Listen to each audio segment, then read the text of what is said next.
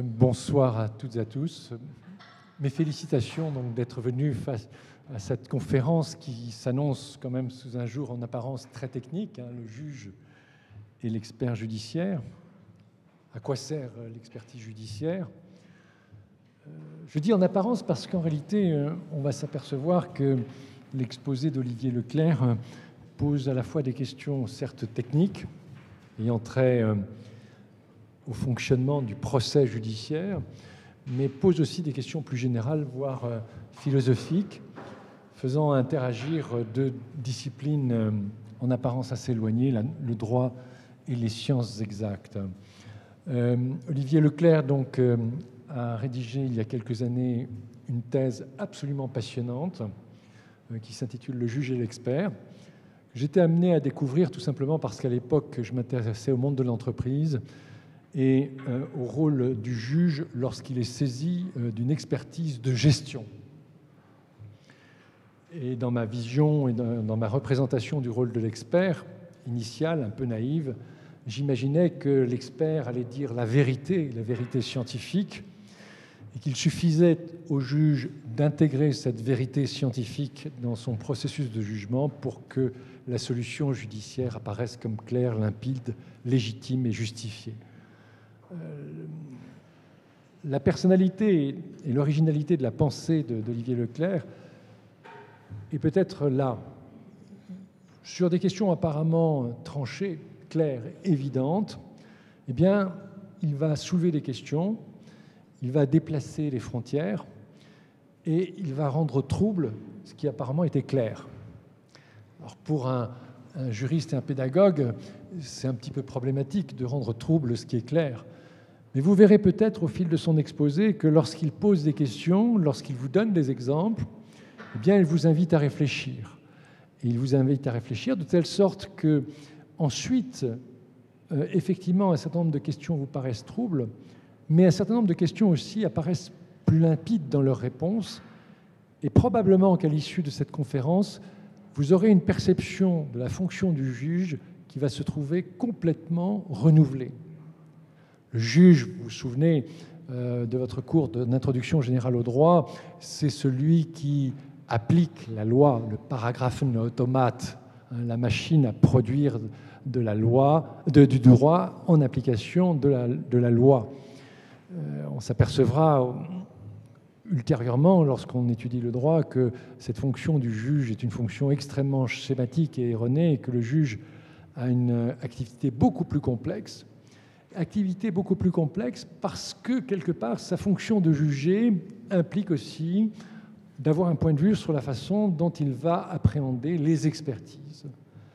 Et en abordant l'expertise, vous allez vous rendre compte donc, que c'est tout le monde judiciaire que l'on va évoquer ce soir avec un expert, puisqu'il a continué de travailler, Olivier Leclerc a continué de travailler sur le sujet, est devenu chercheur au CNRS, a réalisé un certain nombre de contrats de recherche autour de ce thème-là, et surtout, il s'est intéressé au droit américain. Et ce qui est intéressant dans la démarche d'Olivier Leclerc, c'est aussi sa démarche comparatiste. Dans son dernier ouvrage qui est paru chez Dalloz, Le droit et la science en action, eh bien, il a traduit un auteur, qui est un professeur américain, et qui va montrer que, effectivement, la science exacte en particulier, mais les sciences en général, entretiennent des relations tout à fait subtiles avec le droit. Et cette approche comparatiste va nous permettre peut-être de visiter le monde judiciaire américain, qui est un monde judiciaire extrêmement complexe, fait d'une sorte de millefeuille institutionnel, où les fonctionnements juridictionnels sont très variés, très ouverts, et où aussi, on le verra en particulier au travers peut-être d'un certain nombre d'arrêts rendus par la Cour suprême des États-Unis, le juge a un rôle très particulier dans sa relation à l'expert et à l'expertise judiciaire. Je me réjouis donc que vous ayez choisi de venir ce soir parce que probablement que vous sortirez plus riche et plus réfléchi au travers des quelques mots d'exposé qui seront tenus par Olivier. Bien évidemment, notre séquence de Ce soir se divisera en deux. Il y aura un exposé un peu didactique et pédagogique de la part de Olivier sur le sujet de l'expertise et sur les questions qu'il soulève. Et puis nous aurons ultérieurement une phase d'échange au cours de laquelle vous pourrez demander des éclaircissements, bien sûr. Des questions naïves seront malgré tout les bienvenues.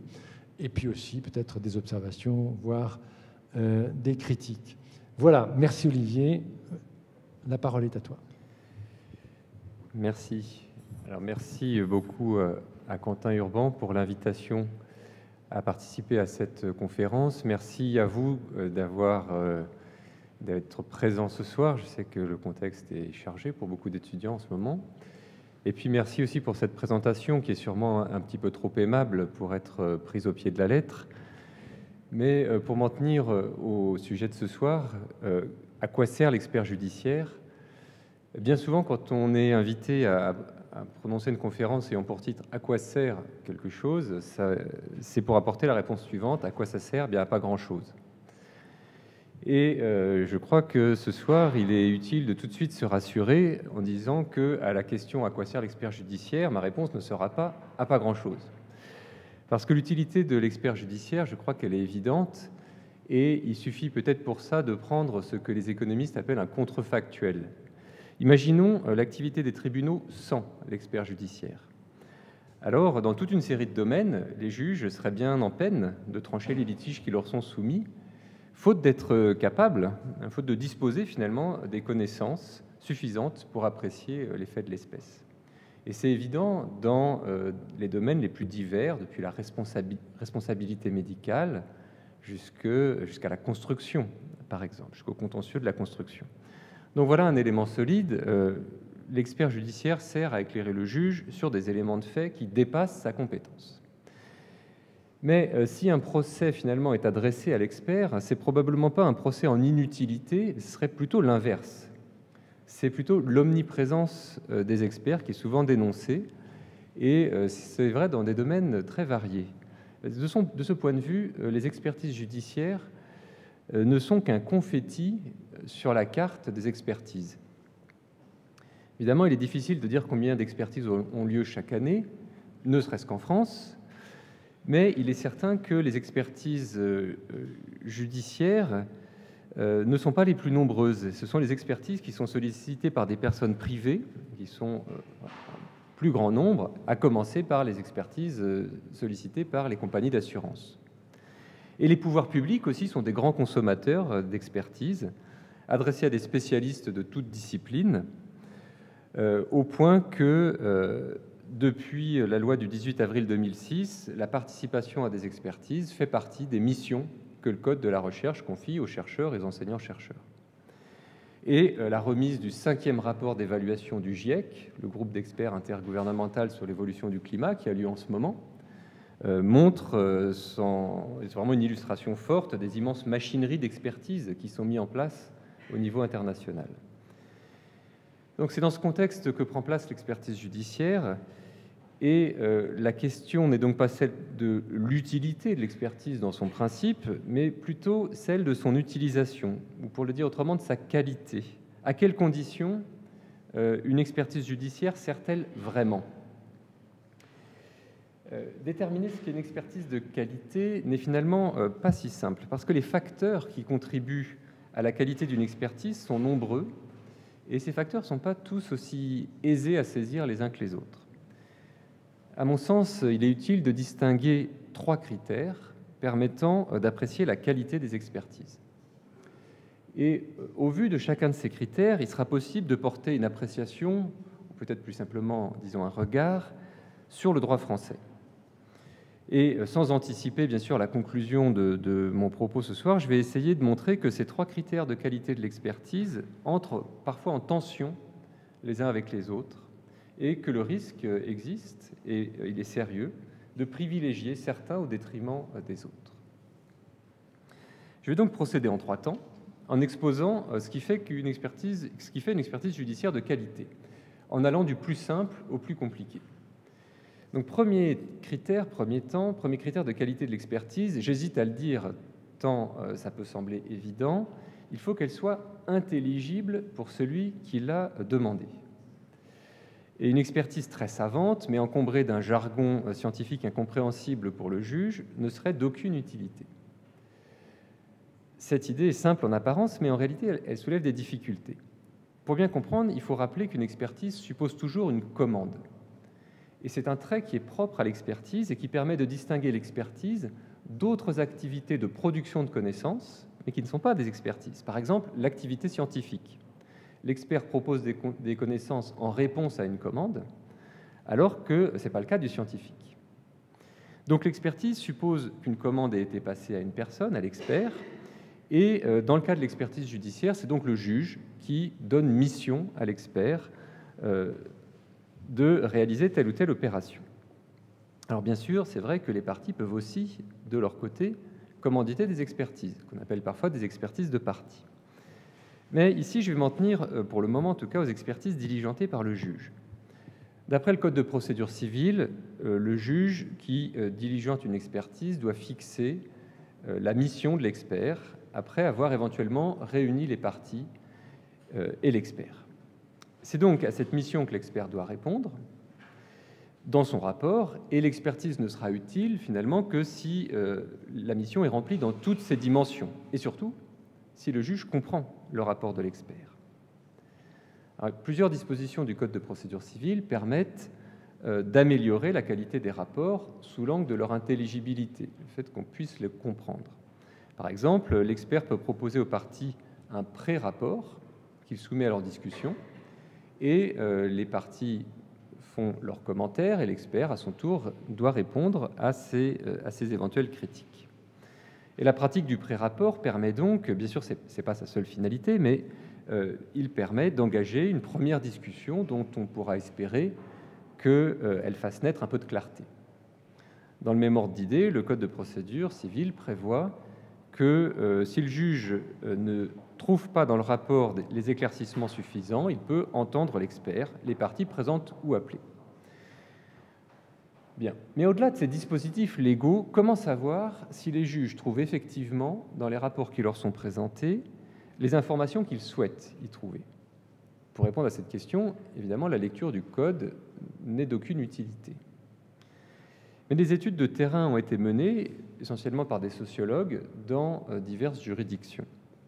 Et il en ressort très clairement que tous les experts qui sont inscrits sur les listes, des listes dont on va reparler, mais tous les experts qui sont inscrits sur les listes ont la même vocation théorique à être désignés par les juges, mais certains le sont très souvent et d'autres très rarement. Ce phénomène, qui est bien connu des magistrats et des experts, est parfois qualifié de récurrence de la désignation, ou parfois, dans une perspective peut-être un peu moins agréable, de fidélisation de l'expert. Les entretiens qui sont menés avec les magistrats par les études que je viens de mentionner, puis que j'ai pu, de mon côté, peut-être de manière moins systématique, mais que j'ai pu confirmer par des échanges avec des magistrats, montrent que la première cause de cette fidélisation est que les juges connaissent la réputation des experts, que cette réputation d'ailleurs soit fondée ou non. Ils savent... Les juges disent en tout cas qu'ils savent quels sont les bons experts, ce qui veut dire entre autres qu'ils savent quels sont les experts qui vont rendre un rapport qui sera utilisable pour le juge. Donc cette situation finalement n'est pas si étonnante, mais pourtant elle pose sans doute des problèmes. Parce que les experts judiciaires qui sont inscrits sur les listes ne doivent en principe consacrer qu'une partie de leur activité à l'expertise, et l'essentiel de leur temps doit être consacré à une activité professionnelle principale, d'où ils tirent leur qualification. Par exemple, médecin, ingénieur, psychiatre, expert comptable, etc., etc. Or, le phénomène de désignation récurrente ou de fidélisation des experts aboutit à ce que certains soient si souvent désignés par les tribunaux qu'ils finissent par consacrer l'essentiel de leur temps à cette activité. Et le problème que pose cette situation, en réalité, est double. D'abord, c'est assez évident, l'expert risque de perdre le contact avec sa profession d'origine et donc risque de se déqualifier. Finalement, l'expertise judiciaire ne doit pas devenir une profession à part entière, et les textes français rappellent avec insistance que les experts judiciaires sont des collaborateurs du service de la justice mais n'exerce en aucune manière une profession et ne constitue pas une profession réglementée. Bien. Mais dans le même temps, la jurisprudence de la Cour de justice vient exercer ici un effet corrosif, et en particulier un arrêt important du 17 mars 2011 qui présente la particularité de concentrer dans son nom quasiment toutes les difficultés de prononciation de l'espagnol. Donc je vais me lancer, c'est l'arrêt Peña Roja, qui est le nom d'un expert judiciaire espagnol qui souhaitait être inscrit sur la liste des experts traducteurs. Et la Cour de justice a qualifié cet expert de prestataire de service au sens du droit de l'Union européenne. L'expert est vu comme un prestataire de service et doit donc pouvoir exercer son activité dans un autre État. Un décret du 24 décembre 2012 tire les conséquences de cette décision de la Cour de justice, d'ailleurs bien au-delà du cas des seuls experts traducteurs, en imposant que lors de l'inscription sur les listes d'experts, soient prises en considération également les compétences qui ont pu être acquises dans un autre État de l'Union que la France. Donc, dans le même temps, l'expert ne doit pas exercer une profession, mais on dit aussi, c'est ce que dit la Cour de justice, que c'est un prestataire de services et que c'est donc un professionnel qui peut proposer ses services en dehors dans tous les États de l'Union. Et donc, il devient de plus en plus difficile, sans doute, de maintenir l'affirmation selon laquelle les professionnels spécialisés dans leur discipline, par exemple médecine, construction, comptabilité, etc., exercent une activité auprès des tribunaux qui n'est en aucune manière une profession. Dans la mesure où certains exercent bel et bien l'expertise à titre principal, sinon exclusif, il existe bien des professionnels qui interviennent sur un marché de l'expertise, et on peut se demander si le droit français n'est pas appelé à se mettre en conformité avec ce constat. Deuxième problème qui est lié à cette situation, le fait que certains experts soient nommés de manière récurrente est susceptible de conduire certains experts, enfin ces experts, à être dépendants sur le plan économique de leur désignation par la justice. Puisque, étant de plus en plus souvent nommés par les juges, ils sont exposés au risque de proche en proche à perdre leur clientèle professionnelle, on pourrait dire extrajudiciaire, et par conséquent trouver l'essentiel de leur rémunération dans l'activité de justice. Cette situation de dépendance économique, lorsqu'elle existe, pourrait faire craindre que l'expert, finalement, ne manifeste une propension à rechercher une satisfaction du commanditaire de l'expertise, le juge, notamment en étant beaucoup plus catégorique que ne l'autorise sa compétence, puisque l'expert attend une réponse utilisable, et donc l'expert pourrait être amené à peut-être grossir le trait pour satisfaire le juge. Alors on va dire que peut-être que c'est une crainte qui est infondée, ou qu'on fait un procès d'intention aux experts, sans doute, mais il reste qu'au cours de l'année 2007 a été organisée une expérience qui était très intéressante et à vrai dire très originale, qui est une conférence de consensus qui s'est tenue à la Cour de cassation, associant des experts, des magistrats et quelques universitaires. Le but de cette conférence de consensus était de formuler des recommandations de bonne pratique pour l'expertise judiciaire. Recommandations de bonne pratique que les juridictions étaient invitées à mettre en œuvre dans le cadre des activités d'expertise. Parmi les questions qui ont été soulevées à cette occasion, il y avait la question suivante: la fidélisation des relations entre le juge et l'expert est-elle compatible avec l'indépendance de l'expert? Et peut-être de façon symptomatique, en réponse à cette question, le jury de la conférence de consensus s'est borné à répondre de façon véritablement succincte: il est de bonne pratique que le juge agisse avec réserve à l'égard des experts. Par cette réponse, pour le moins mesurée, il me semble que la conférence marque l'importance qu'elle attachait à l'existence de relations de confiance entre le juge et l'expert qui découlent de la fréquence de cette désignation, mais au risque, dans le même temps, d'altérer de plus en plus l'indépendance économique de l'expert à l'égard de l'institution judiciaire. Donc on le voit, cette première condition d'une expertise de qualité simple dans son énoncé, à savoir que le rapport fournisse au juge des réponses utiles, eh bien, cette première condition de qualité est directement liée au problème de la professionnalisation des experts. Plus l'expert saura répondre avec clarté aux attentes du juge, plus il saura formuler un rapport qui, sur la forme, est utilisable, plus il a des chances d'être désigné par l'institution judiciaire, mais progressivement s'expose au risque de s'éloigner de son terreau professionnel d'origine, au risque finalement de se muer insensiblement en un expert judiciaire professionnel. Alors, deuxième critère de qualité, d'un ordre assez différent, deuxième critère de qualité de l'expertise, outre son caractère intelligible, est qu'elle soit rendue dans le respect des exigences de procédure qui sont propres au procès. De ce point de vue, deux exigences fortes prédominent.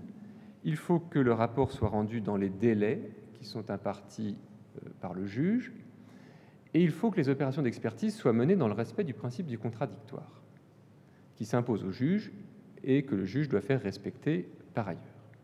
Donc on peut donc dire qu'une bonne expertise, c'est aussi une expertise qui est impeccable en droit, c'est-à-dire qu'elle respecte toutes les exigences de procédure du procès dans lequel elle s'insère. De même donc qu'une expertise suppose une commande, comme je l'ai dit il y a un instant, on peut dire aussi qu'une expertise doit suivre une procédure. Et c'est vrai pour toutes les expertises, et ça l'est particulièrement pour l'expertise judiciaire, puisqu'elle se coule dans un cadre procédural très précisément déterminé, celui du procès, ce qui est sans doute moins vrai d'autres expertises qui s'intègrent dans un cadre procédural peut-être un peu plus lâche, même si sans doute la tendance de beaucoup d'expertises est à une clarification des exigences de procédure. Donc reprenons ces deux éléments. D'abord, concernant les délais. Il faut dire que les délais de l'expertise sont très souvent accusés d'être à l'origine des lenteurs de la justice. Et par conséquent, les délais de l'expertise se trouvent soumis indirectement à la durée raisonnable du procès qui est imposée, comme chacun le sait, par l'article 6 de la Convention européenne des droits de l'homme.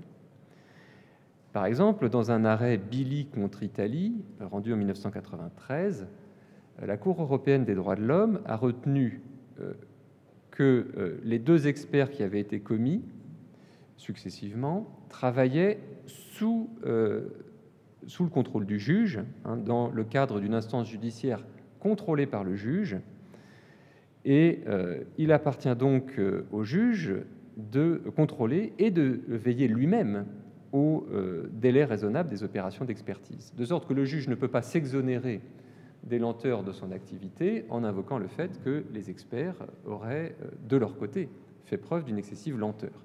C'est le rôle du juge de veiller à ce que les opérations d'expertise suivent un rythme suffisant.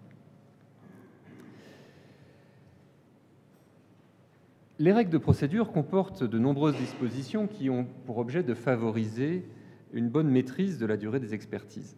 D'abord, évidemment, lorsque le juge fixe la mission qu'il confie à l'expert, il doit préciser le délai dans lequel la mission doit être réalisée. C'est évidemment un premier élément d'encadrement fort. Éventuellement, un calendrier des opérations est établi. Et dans un certain nombre de juridictions, on a assisté ces dernières années à la signature de contrats de procédure entre les magistrats de la juridiction, le barreau et les compagnies d'experts judiciaires qui interviennent dans ces juridictions pour que le recours au calendrier de procédure, calendrier notamment fixation d'un calendrier des expertises, soit réalisé. Et si l'expert prend du retard par rapport au calendrier qui a été fixé, il doit en informer le juge. Alors sans doute pas étrangère à cette volonté d'éviter la dérive de la durée des expertises est aussi donc la règle selon laquelle la rémunération de l'expert, en tout cas en matière civile, est consignée par les parties avant le début des opérations de l'expertise, et les sommes qui sont effectivement les sommes ne sont effectivement perçues par l'expert qu'une fois sa mission achevée. Évidemment, c'est un puissant incitant à réaliser les opérations. sauf évidemment, le Code le prévoit, hein, si l'affaire est particulièrement complexe, alors il peut y avoir une rémunération partielle en cours d'opération. Et dans le même sens, sans multiplier les exemples, a été créé en 1998 un juge chargé de contrôler l'exécution des expertises qui est nommé par le président du tribunal de grande instance.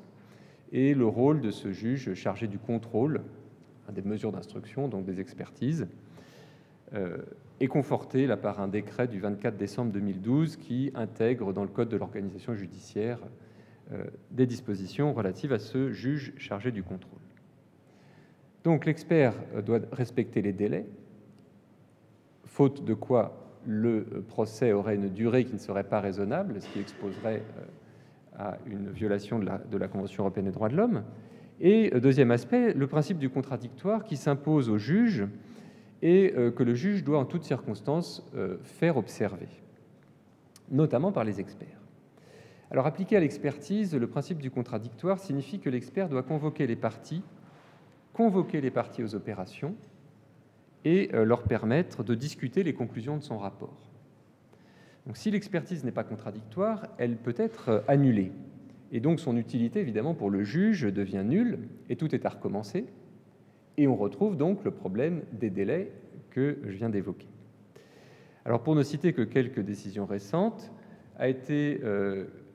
a entraîné l'annulation de l'expertise, par exemple, une convocation irrégulière des parties aux opérations d'expertise, parties irrégulièrement convoquées, ou le fait de ne pas informer les parties de leur faculté de présenter des observations sur le pré-rapport, donc de faire valoir des commentaires, des observations à partir du pré-rapport élaboré par l'expert, ou le fait de ne pas leur communiquer le rapport privé, le rapport, disons, d'un expert privé consulté par lui-même consulté par l'expert et les parties donc n'ont pas reçu communication de ce rapport. Donc tous ces éléments, on le voit, concernent des cas de figure dans lesquels les parties ne sont pas mises en mesure de participer aux opérations d'expertise et d'intervenir dans le cours des expertises. Sur ce terrain, la jurisprudence de la Cour européenne des droits de l'homme, encore une fois, a joué un rôle d'aiguillon pour le droit français. Il y a ici une décision très importante du 18 mars 1997 qui doit être mentionnée. C'est la décision Mantovanelli contre France du 18 mars 1997. Décision rendue à propos d'une affaire française concernant la responsabilité médicale. Et pour en venir directement à ce qui concerne la contradiction dans l'expertise, il a été jugé que l'article 6, paragraphe 1er de la Convention européenne des droits de l'homme avait bien été atteint parce que les parties n'avaient pas été associées aux opérations d'expertise, mais avaient seulement pu discuter le rapport a posteriori, une fois le rapport déjà élaboré. Or, on conçoit bien que discuter un rapport qui est déjà bouclé, si j'ose dire, ouvre beaucoup moins de possibilités de remise en cause que d'intervenir dans le cours même de l'élaboration du rapport. Cette orientation se retrouve également, c'est important de le signaler, je pense, dans le domaine de la procédure pénale, où le contradictoire dans l'expertise était traditionnellement beaucoup plus faible, et en particulier par la loi du 5 mars 2007, tendant à renforcer l'équilibre de la procédure pénale. Cette loi manifeste un renforcement du contradictoire dans l'expertise en matière pénale. Par exemple, il est maintenant possible pour les parties de compléter les questions qui sont posées à l'expert par le juge. Il est possible également de demander au juge d'instruction d'adjoindre à l'expert désigné un autre expert, un expert choisi par les parties, qui doit néanmoins figurer sur les listes d'experts agréés. Et si le juge refuse cette demande, il doit spécialement motiver sa décision. Autre exemple encore, le juge d'instruction peut demander à l'expert de déposer un pré-rapport. On retrouve le pré-rapport ici en matière pénale, avant son rapport définitif qui sera ouvert aux observations des parties et du ministère public. J'en dirai pas plus sur le principe du contradictoire dans l'expertise, mais je signalerai seulement un arrêt récent, assez récent en tout cas, du 28 septembre 2012, rendu par une chambre mixte de la Cour de cassation, Arrêt qui est important parce qu'il semble tempérer la rigueur des solutions retenues jusqu'à présent, en tout cas par certaines chambres de la Cour de cassation. Dans cette décision du 28 décembre 2012, la Cour de cassation a admis qu'un rapport détaillé, clair et précis, un rapport d'expert bien sûr, détaillé, clair et précis, réalisé sans respecter le principe du contradictoire, n'était pas inopposable aux parties, ce qui permettait donc au juge de tenir compte de ces conclusions, alors même, je l'ai dit, que le principe du contradictoire n'avait pas été respecté. Mais il faut quand même souligner que cette première affirmation ne vaut que sous deux réserves, et ce sont des réserves importantes. La première, c'est que c'est à condition que le rapport ait ensuite pu être discuté par les parties devant la juridiction, donc le contradictoire revient un peu plus tard devant la juridiction, et sous réserve aussi du rappel que les parties peuvent de toute façon demander la nullité du rapport sur le fondement des articles 175 à 178 du Code de procédure civile qui régit la nullité des actes de procédure. Donc le juge peut tenir compte du rapport clair, précis, etc., réalisé dans ces conditions, mais néanmoins les parties avaient la possibilité d'en demander la nullité, ce qu'elles n'avaient pas fait, mais qu'elles pouvaient faire. Quoi qu'il en soit, il ressort suffisamment, je pense, de ce qui a été dit, que mener une expertise judiciaire, ça suppose de se couler, j'allais dire, harmonieusement dans les exigences et peut-être aussi parfois dans les subtilités de la procédure. Et l'exercice n'a rien d'évident pour des experts qui, rappelons-le, sont désignés en raison de compétences qui ne sont pas des compétences juridiques, en particulier dans le domaine de la procédure. Et c'est là une autre explication qui est donnée de l'inégalité de la désignation des experts, certains étant désignés de manière récurrente et d'autres beaucoup plus rarement.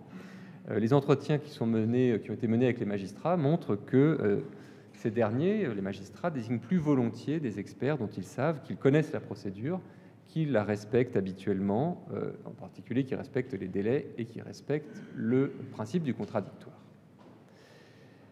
Par conséquent, on ne sera pas étonné que les formations qui sont proposées aux experts judiciaires mettent fortement l'accent sur la maîtrise de la procédure devant les tribunaux.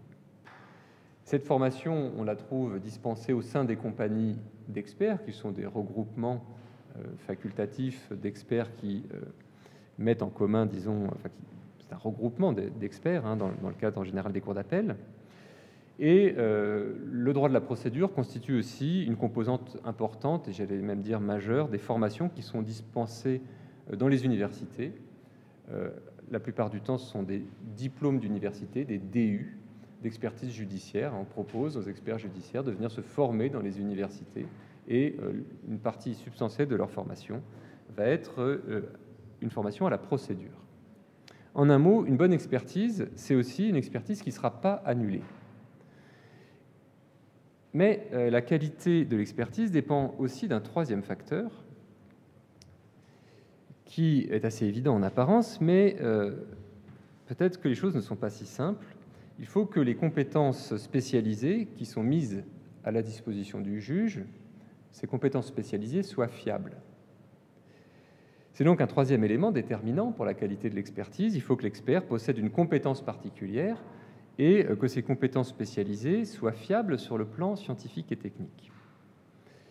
Comment s'assurer que les connaissances que l'expert met à disposition du juge sont fiables? Évidemment, la tâche pour le juge est difficile, puisque par hypothèse, il ne possède pas les compétences dans ces domaines, raison pour laquelle il désigne un expert. Et pourtant, ici, un détour par le droit des États-Unis qui avait été annoncé dans le propos introductif d'aujourd'hui, un détour pour le droit des États-Unis va nous permettre de saisir que le droit français de l'expertise ne se désintéresse pas de la fiabilité de l'expertise, ne se désintéresse pas de la qualité des connaissances mises au service du tribunal, mais que la manière d'assurer cette fiabilité, je devrais dire les manières d'assurer cette fiabilité, sont quant à elles radicalement différentes, assez profondément différentes en tout cas de celles en vigueur aux États-Unis. Et on peut dire finalement que le droit français et le droit américain montrent des manières très différentes de construire juridiquement ce qu'est la fiabilité scientifique. Pour bien comprendre la situation, il faut commencer par préciser que dans le droit des États-Unis, aux États-Unis, l'évaluation des faits dans le procès est, dans un grand nombre de cas, confiée à un jury. Cette configuration du procès, qui est d'ailleurs prévue par des amendements à la Constitution américaine, a conduit à l'élaboration d'un droit de la preuve bien différent de celui que nous connaissons en France. En particulier, on retiendra que des juges professionnels sont chargés de veiller à ce que les preuves présentées par les parties, présentées au jury, et donc les expertises présentées par les parties au jury, aient une qualité suffisante. Ce sont les juges qui vont veiller à ce que les preuves présentées, les expertises présentées, aient une qualité suffisante. Par exemple, les preuves présentées ne doivent pas faire naître un risque de confusion dans l'esprit des jurés, par leur complexité en particulier. Ou elles ne doivent pas entraîner une perte de temps inutile, peut-être si elles sont redondantes avec un autre élément de preuve. Et encore, les preuves présentées par les parties ne doivent être finalement mises entre les mains du jury que si elles sont fiables scientifiquement. Et si un élément de preuve n'était pas fiable, il serait déclaré irrecevable, il ne serait donc pas présenté au jury. Concernant la fiabilité scientifique des expertises présentées par les parties au jury, la question s'est donc posée assez naturellement de savoir comment les juges professionnels allaient pouvoir exercer cette mission et comment ils allaient pouvoir déclarer irrecevables des expertises au motif qu'elles ne seraient pas fiables scientifiquement. Et la question s'est posée dans les années 20 du XXe siècle, dans les années 1920, à propos d'une personne, M. Fry, qui était accusé de meurtre. Et pour prouver son innocence, M. Fry prétendait, montrait au jury une expertise prenant appui sur le détecteur de mensonges, plus particulièrement sur une technique qui permet de montrer l'absence de mensonges en considérant la pression artérielle, la pression sanguine. La question qui s'est donc posée est de savoir si cette technique de détection du mensonge par la pression artérielle est suffisamment fiable sur le plan scientifique pour pouvoir être présentée devant le tribunal, pour être finalement présentée devant les jurés. Et l'enjeu, bien sûr, n'était pas mince, parce qu'on était dans une affaire de meurtre et que c'était l'accusé qui mettait cet élément en avant pour montrer son innocence. Alors, le juge chargé de trancher ce litige, c'était la Cour d'appel du district de Columbia, a réalisé dans cette décision qui date de 1923 un déplacement des critères d'appréciation. Jusqu'à présent,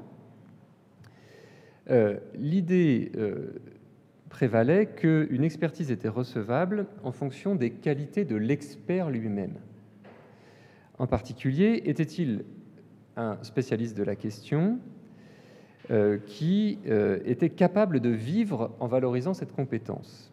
L'idée est donc que si une personne arrive à gagner de l'argent en valorisant sa compétence, c'est bien que sa compétence est réelle. Ou à l'inverse, si c'est un charlatan, si les techniques ou les connaissances qu'elle présente n'ont pas de fondement, eh bien, elle ne pourra pas en vivre. Finalement, il y a une certaine confiance dans le marché, elle sera évincée du marché. Et donc, si on comprend que si une personne vit de sa compétence, c'est que celle-ci est établie. C'est bien la personne de l'expert qui est prise en considération. Mais la Cour d'appel du district de Columbia va raisonner différemment. Le critère qu'elle retient tient moins aux qualités personnelles de l'expert qu'à la qualité du savoir qu'il met en œuvre à l'occasion de l'expertise. Et ici, le critère est le suivant. Est-ce que la technique, donc dans notre exemple, la technique de la pression artérielle pour la détection du mensonge, est-ce que la technique est généralement acceptée, reconnue comme valable dans la communauté scientifique? Donc là, on s'en remet à la communauté scientifique. Est-ce que cette technique est acceptée habituellement par la communauté scientifique? Et la réponse qui sera donnée, c'est une réponse négative. Ce n'était pas le cas de la technique de détection de mensonges, donc qui n'était pas généralement acceptée dans la communauté scientifique. Donc on le voit, pour déterminer si une expertise est fiable, au moins deux voies s'ouvrent au juge, soit s'intéresser aux qualités de l'expert, soit s'intéresser aux connaissances ou aux techniques que l'expert met en œuvre. Alors à la suite de l'arrêt Frye, les tribunaux fédéraux américains ont oscillé entre ces deux pôles, les qualités de l'expert, la fiabilité des connaissances qu'il présente, et des incertitudes et des divergences de vues ont persisté entre les juridictions. Il faut dire que le système américain est particulièrement complexe, avec des circuits de juridiction au niveau fédéral et puis aussi des circuits de juridiction dans les États. Et ces divergences ont conduit finalement la Cour suprême des États-Unis à accepter de se prononcer sur la question de savoir à quelles conditions une expertise scientifique est recevable en justice. Ce qui revient à dire à quelles conditions est-elle fiable sur le plan scientifique. Ici, il y a une décision particulièrement importante qui a connu ensuite des déclinaisons, mais l'arrêt de la Cour suprême américaine qui est centrale date de 1993, du 28 juin 1993. C'est un arrêt Daubert. Daubert, c'est du nom du requérant contre une société pharmaceutique qui s'appelle Meraldo Pharmaceuticals. Donc Daubert contre Meraldo. La question s'est posée dans les circonstances suivantes. Les requérants soutenaient que la société pharmaceutique avait produit un médicament, en l'occurrence un médicament destiné aux femmes enceintes et à calmer les nausées qui accompagnent la grossesse. Donc les requérants ont accusé la société pharmaceutique d'avoir produit ce médicament et que ce médicament était à l'origine de malformations chez des enfants. Donc la mère prend ce médicament pendant la grossesse et l'enfant naît avec des malformations. Action en justice contre la société pharmaceutique, et il s'agit évidemment d'établir la responsabilité du laboratoire. Comment s'y prendre? Comment apporter cette preuve? Les requérants ont proposé pour cela une expertise reposant sur ce qu'on appelle une méta-analyse. Alors, une méta-analyse consiste à effectuer un traitement statistique d'études épidémiologiques qui sont prises ensemble. Parce qu'en effet, la question de la dangerosité du médicament en question s'était déjà posée, et toute une série d'études épidémiologiques avaient été réalisées qui montraient une absence de lien entre le médicament et les malformations chez les enfants. Une absence de lien. Mais si on réalisait une méta-analyse, c'est-à-dire qu'on analysait toutes ces études épidémiologiques ensemble, alors, prétendaient les requérants, eh bien, un lien apparaissait entre les deux. Donc la question, c'est est-ce que la technique statistique de la méta-analyse des études épidémiologiques est fiable sur le plan scientifique? Si oui, elle va pouvoir être présentée au jury, sinon, elle sera déclarée irrecevable. Alors, dans cette affaire, la Cour suprême a réaffirmé d'abord avec force que c'est bien le travail des juges, c'est bien aux juges qu'il incombe de déterminer si les connaissances présentées sont fiables. Les juges la Cour suprême qualifie les juges de gatekeepers, ce qui littéralement veut dire gardien de la porte du prétoire, et gardien en quelque sorte, on peut dire, de la bonne science. Et pour aider les juges dans cette tâche qu'elle leur confie, la Cour suprême formule 4 critères. 4 critères qui ne sont d'ailleurs pas limitatifs, mais qui précisent à quelles conditions une expertise scientifique est recevable en justice. Alors, premier critère, est-ce que la technique ou la théorie présentée par l'expert, utilisée par l'expert, a été testée ou est susceptible de l'être, susceptible d'être testée? Ici, on retrouve une idée qui est présente en épistémologie, en particulier chez quelqu'un comme Karl Popper, qu'un énoncé est véritablement scientifique s'il est susceptible d'être testé et à l'occasion, ce que lui il appelle réfuté, si à l'occasion de ce test, il apparaît que l'énoncé est inexact, il est abandonné. Donc un énoncé est véritablement scientifique s'il est susceptible d'être testé. Premier critère. Deuxième critère, la théorie ou la technique présentée par l'expert a-t-elle été soumise à l'évaluation des pairs, les autres scientifiques, et a-t-elle été publiée dans des revues scientifiques, en particulier des revues scientifiques à comité de lecture? Donc ici, c'est une considération assez différente qui a plutôt trait au fonctionnement de la communauté scientifique. Est-ce que les connaissances que l'expert prétend utiliser ont été publiées dans des revues à comité de lecture? Troisième critère, la théorie ou la technique utilisée présente-t-elle un taux d'erreur connu? Un taux d'erreur connu. Le taux d'erreur permet d'apprécier la fiabilité de l'énoncé, en particulier parce qu'on peut connaître la marge d'erreur associée à chaque énoncé. Est-ce que cet énoncé est fiable à 95%, à 90%, à 75%, etc., etc. Donc y a-t-il un taux d'erreur connu? J'observe au passage que, si vous avez remarqué, dans le 5e rapport d'évaluation que le GIEC vient de rendre à propos du changement climatique, la plupart des énoncés sont systématiquement associés à un degré d'incertitude. On nous dit le degré de fiabilité de chacun des énoncés qui sont prononcés par le GIEC. À 95%, l'origine du réchauffement climatique est d'origine humaine. Taux d'erreur. Quatrième critère, je reviens à l'expertise judiciaire, quatrième critère qui est énoncé par la Cour suprême dans l'arrêt d'Aubert, on va retrouver ici le critère de l'arrêt Frey. Simplement, maintenant, il fait partie d'un ensemble, il n'est plus seul, il n'est plus un critère unique. Est-ce que la théorie ou la technique utilisée par l'expert est communément acceptée dans la communauté scientifique? Alors, ces solutions de l'arrêt d'Aubert ont été confirmées à de nombreuses reprises. Elles ont même été étendues à des expertises que la Cour suprême qualifie de non scientifiques, comme par exemple une expertise consécutive à l'explosion d'un pneu. Un pneu explose, un accident se produit, et on va réaliser une expertise pour vérifier si c'était une fragilité du pneu qui était à l'origine de l'accident. C'est bien, ce type d'expertise est également soumis aux critères de l'arrêt d'Aubert. Donc, l'expertise ne sera recevable et sera donc présentée au jury que si les juges ont estimé qu'elle reposait sur des connaissances fiables. Et par exemple, certains juges ont estimé qu'une expertise qui repose sur la technique de comparaison des empreintes digitales n'est pas fiable. Donc, comparaison des empreintes digitales, ce n'est pas une technique fiable au sens, d'après certains juges, d'autres juges ont jugé l'inverse, mais certains ont dit que ce n'est pas une technique fiable au sens des 4 critères de l'arrêt d'Aubert, parce que la comparaison des empreintes digitales ne fait pas l'objet d'une évaluation par les pairs, il n'y a pas de publication dans des revues à comité de lecture, il n'y a pas à proprement parler une communauté scientifique, puisque les empreintes digitales relèvent plutôt de ce qu'on appellerait en anglais forensic science, disons les sciences qui sont liées les sciences criminelles, la criminalistique. Donc ce n'est pas une communauté scientifique, c'est plutôt une utilisation dans le cadre du procès. Et il n'y a pas, par ailleurs, soutiennent les juges, de taux d'erreur connu. Donc on voit que ça conduit, les juges étant institués pour être les gardiens de la bonne science, ça les conduit à écarter certaines techniques en disant ces techniques-là ne sont pas fiables parce qu'elles ne remplissent pas les critères de l'arrêt d'Aubert.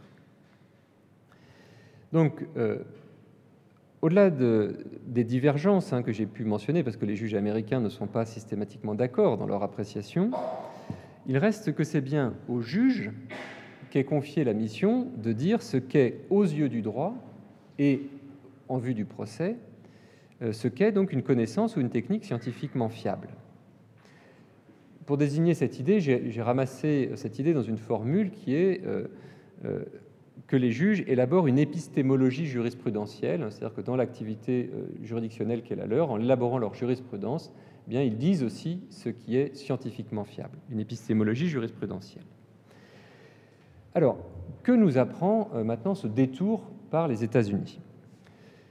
Évidemment, il ne s'agit pas de prendre position et de dire il faudrait qu'en France, on adopte les mêmes solutions qu'aux États-Unis. Les spécialistes du droit comparé ont attiré l'attention depuis très longtemps déjà sur le fait qu'il n'y aurait aucun sens à vouloir transplanter, c'est la formule employée par un grand comparatiste d'origine allemande, Otto Kahn-Freund, transplanter une institution juridique d'un pays à l'autre comme on transplanterait, dit-il, un foie ou un carburateur. Ça n'a aucun sens de prétendre transplanter des institutions juridiques, parce que chacune d'entre elles sont des pièces d'une machinerie qui ne peuvent fonctionner que si elles sont ajustées à l'ensemble dans lequel elles prennent place. Donc cette comparaison ne vise pas à dire c'est mieux aux États-Unis, c'est moins bien en France, ou c'est mieux en France et moins bien aux États-Unis. Non, l'objectif est ailleurs. La comparaison, finalement, nous renvoie à une question. elle fonctionne un peu comme un miroir. Cette question est la suivante: comment le droit français règle-t-il cette même question, celle de la qualité scientifique des connaissances mises en œuvre par les experts? Alors, à l'épistémologie jurisprudentielle du droit des États-Unis, j'ai opposé, dans le cadre du système français, une formule qu'on pourrait qualifier de l'égalité scientifique. Derrière ce terme, il y a en réalité une idée très simple, qui est que la fiabilité des connaissances en droit français est recherchée par tout un ensemble de dispositifs qui règlent cette question avant même que le procès ait lieu, et non donc au cours du procès, comme aux États-Unis.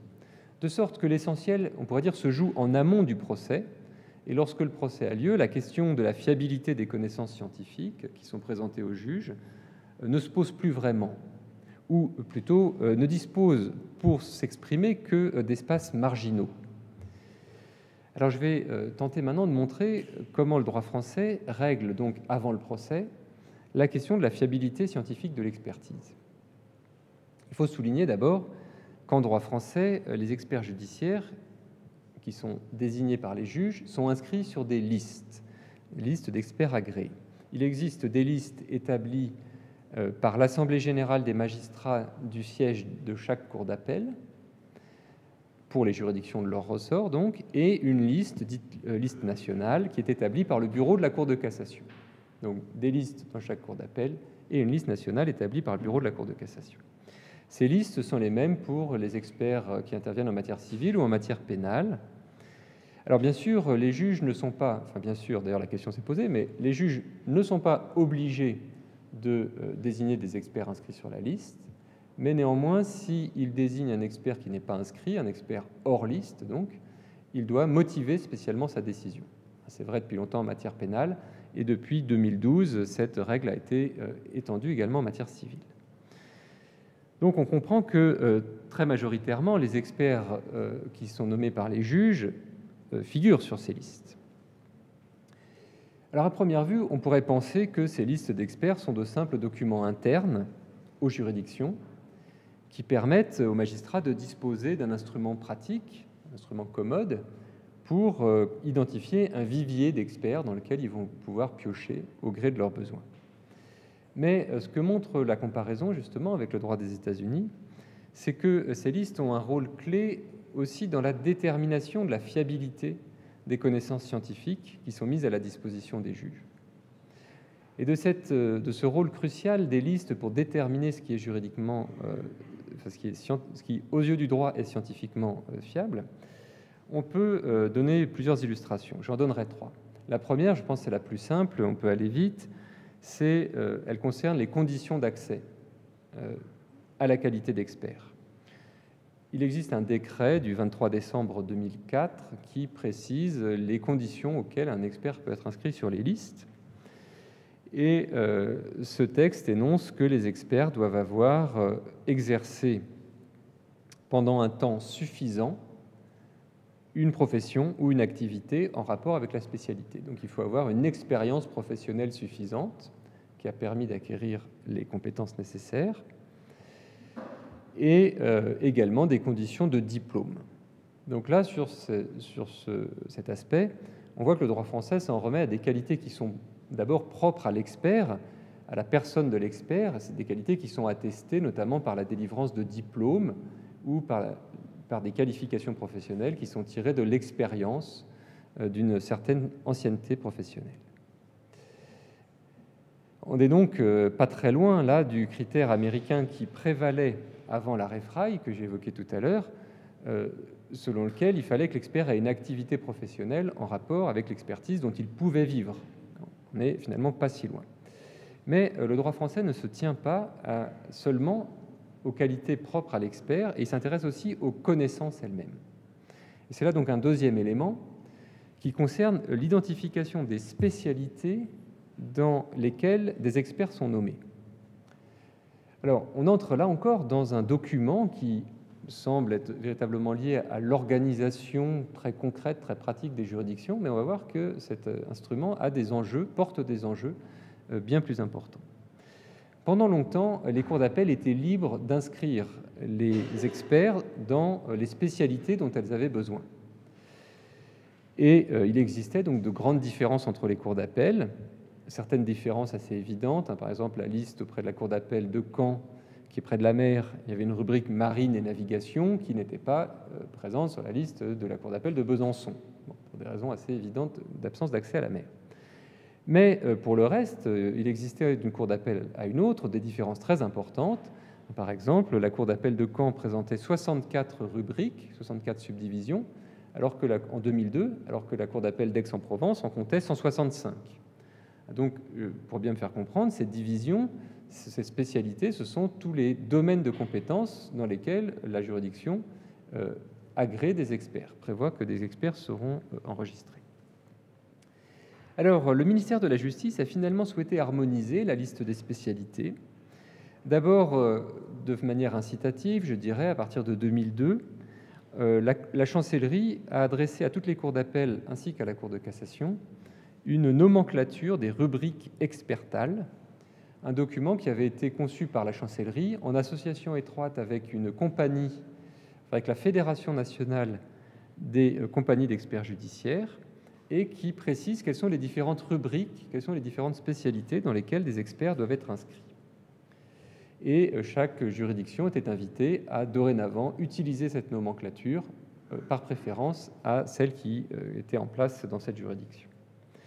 Alors, les juridictions, les cours d'appel ont été assez réticentes, ou en tout cas, ce n'était pas forcément de la réticence, mais en tout cas, elles n'ont pas toutes mis en œuvre la nouvelle nomenclature, qui est donc finalement devenue obligatoire en 2004, par un décret de 2004, et finalement un arrêté du 10 juin 2005 a fixé la liste des spécialités. Le point qu'il faut retenir, si je donne ces précisions un peu techniques, c'est pour la raison suivante. Lorsque le juge français s'interroge sur la question de savoir si la technique ou la spécialité qui est portée par l'expert est fiable,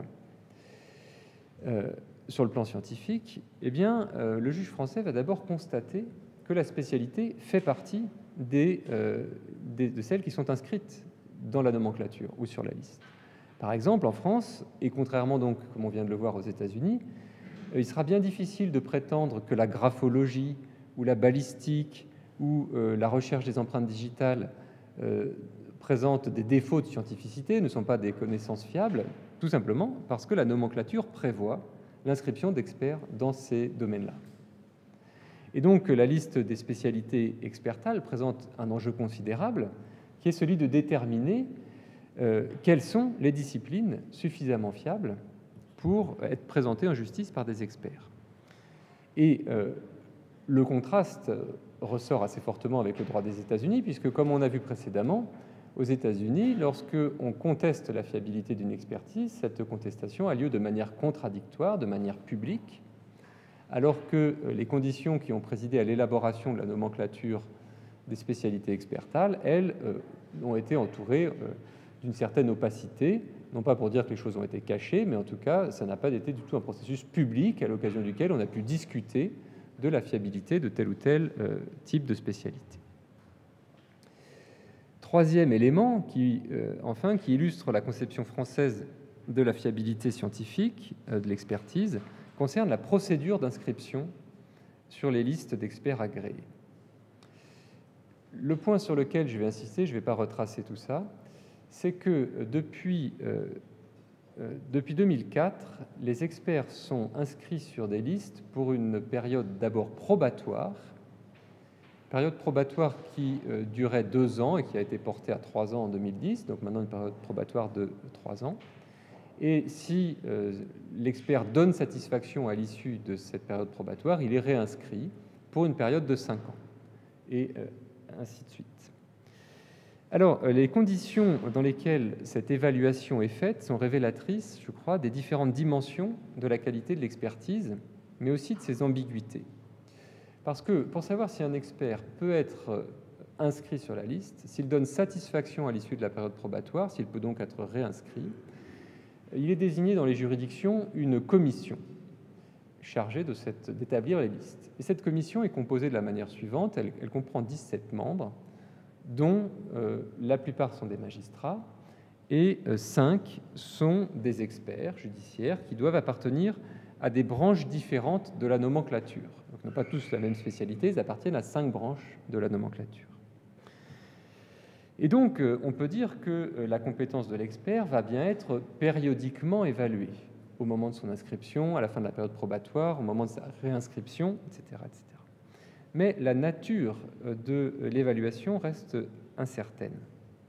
Parce que la loi du 11 février 2004 donne les critères d'évaluation, précisés par le décret, peu importe. Les critères d'évaluation sont doubles.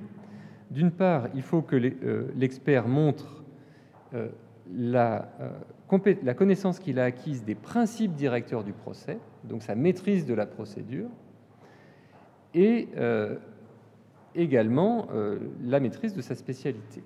Donc on voit que l'évaluation se fait aussi bien sur le respect et la connaissance des procédures que sur les compétences disciplinaires, si on peut dire. Et donc, on sent bien que le fait pour un expert de respecter les principes directeurs du procès et les règles de procédure compte autant, si ce n'est plus, que la maîtrise de ses connaissances spécialisées. Et on peut donc s'interroger sur la finalité de cette évaluation, qui oscille entre vérification de la maîtrise des procédures et maîtrise de savoir spécialisé. Cette impression est encore renforcée lorsqu'on considère la composition de la commission d'évaluation.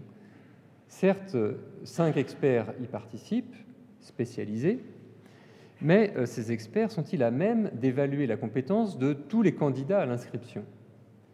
Ils appartiennent, comme j'ai dit tout à l'heure, à 5 branches différentes de la nomenclature. Mais la nomenclature des spécialités expertales compte 8 branches. Donc on voit bien que les 5 experts qui appartiennent à la commission ne couvrent pas l'ensemble des champs du savoir qui sont utilisés pour pourvoir pour inscrire des experts sur la liste. Donc on voit que la composition des listes se trouve tiraillée entre ces deux objectifs, disposer d'experts qui n'entraveront pas la marche en avant d'une institution judiciaire qui est de plus en plus soumise à des objectifs managériaux. La managérialisation de la justice est une logique prégnante avec des objectifs que doivent respecter les juges, des nombres d'affaires à traiter, etc.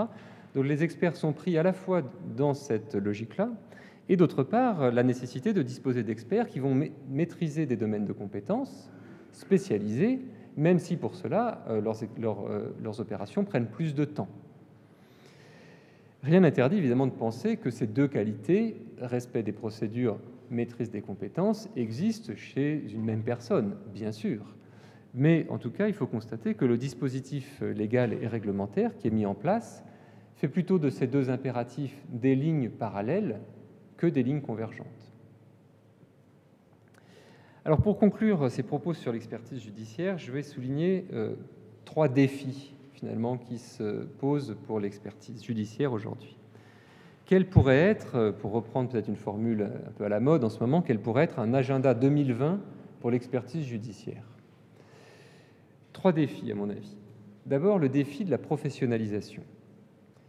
En effet, le besoin de disposer d'experts capables de remplir leur mission dans des délais raisonnables et dans le respect des règles de procédure plaide, à l'évidence, pour une forme de professionnalisation de l'expertise. Et de fait, la jurisprudence de la Cour de justice, Peña-Roja, que j'ai cité tout à l'heure, va dans ce sens, elle qui voit dans l'expert un prestataire de services qui peut offrir ses services librement dans le cadre de l'Union européenne. Va dans ce sens aussi la propension, certes variable, bien sûr, des juges à nommer les mêmes experts de façon privilégiée. Mais à l'inverse, se profile le risque d'un expert coupé de sa pratique professionnelle et donc finalement exposé au risque de déqualification. Premier défi, donc, celui de la professionnalisation. Deuxième défi, me semble être le défi de la compétence. Parce qu'il est évident que les 3 critères de qualité de l'expertise que j'ai mentionnés, il faut que l'expertise soit intelligible, que la procédure soit respectée et que les connaissances scientifiques soient fiables, ces 3 critères sont étroitement mêlés. Mais cependant, les logiques managériales qui sont à l'œuvre au sein de l'institution judiciaire peuvent pousser à privilégier les 2 premières dimensions, intelligibilité, respect des procédures, au nom justement de la rapidité des procédures, au détriment peut-être de la qualité scientifique. Alors comment veiller à ce que la compétence scientifique et technique de l'expert ne soit pas sacrifiée sur l'autel des indicateurs de qualité de la justice? Alors, va dans ce sens la prise en compte depuis 2004 de la formation professionnelle que suit l'expert. Donc ça, clairement, c'est une manière de s'assurer que l'expert reste à flot, j'allais dire, dans sa discipline. Mais on pourrait penser que la composition de la commission chargée d'établir les listes laisse planer un doute, en tout cas sur l'importance relative qui est accordée à chacun de ces trois critères, puisqu'elle est composée très majoritairement de magistrats, intéressés encore une fois à ce que le rapport leur soit utile, et minoritairement d'experts qui de toute façon ne couvrent pas toutes les spécialités qui vont être utiles pour pourvoir la liste. Et donc, concernant la liste des spécialités expertales, toujours à propos de la compétence, il me semble que le défi est là aussi de faire en sorte que les choix d'inscrire telle ou telle spécialité sur la nomenclature, dans la nomenclature, soient rendus plus explicites. On a vu qu'aux États-Unis, ces choix étaient publics, contradictoires. Ça n'a pas du tout été le cas dans le cadre de l'établissement de la nomenclature des spécialités en France. Alors peut-être on peut penser, c'est une suggestion, alors qui supposerait pas mal de conditions, mais on peut imaginer que la nouvelle Commission nationale de la déontologie et des alertes en matière de santé et de l'environnement, qui vient peut-être, le savez-vous, d'être créée par la loi du 16 avril 2013 pour recevoir des alertes en matière de santé et d'environnement, eh bien que cette commission soit un lieu dans lequel pourraient avoir lieu des discussions publiques, dans lesquelles les organisations non gouvernementales, les sociétés savantes, les compagnies d'experts, évidemment, auraient leur mot à dire sur la nomenclature des spécialités expertales. Enfin, troisième défi pour les experts, je crois que c'est le défi de la contradiction. Parce que la multiplication ou le développement du recours à l'expertise, que ce soit d'ailleurs dans le procès ou dans la décision publique, s'accompagne aussi bien souvent d'une remise en cause plus fréquente de l'expert. Dans le domaine des expertises publiques, les experts ont été accusés, parfois à tort, mais parfois aussi à raison sans doute, de conflits d'intérêts ou de manquer d'indépendance. Et la refonte des procédures d'expertise dans le domaine de la décision publique, par exemple en matière sanitaire, illustre ce renforcement du contradictoire qui accompagne le développement de l'expertise. Mais c'est vrai aussi de l'expertise judiciaire. Et la conférence de consensus de 2007, que j'ai évoquée tout à l'heure, proposait d'ailleurs que les experts judiciaires, au moment de leur désignation, signent une déclaration publique de conflit d'intérêts. Cette suggestion, à ma connaissance, n'a pas été véritablement suivie d'effet dans les juridictions. Mais la raison est peut-être que ce développement du contradictoire est parfois mal perçu par les experts. Mal perçu par les experts qui y voient une remise en cause de leurs compétences professionnelles, voire, plus grave sans doute, une remise en cause de leur intégrité personnelle. Mais je crois que la contradiction présente aussi des mérites, parce que la décision est d'autant plus légitime que les personnes concernées ont eu confiance dans le processus d'expertise. Et cette confiance ne peut être gagnée que si l'expertise est ouverte à la critique.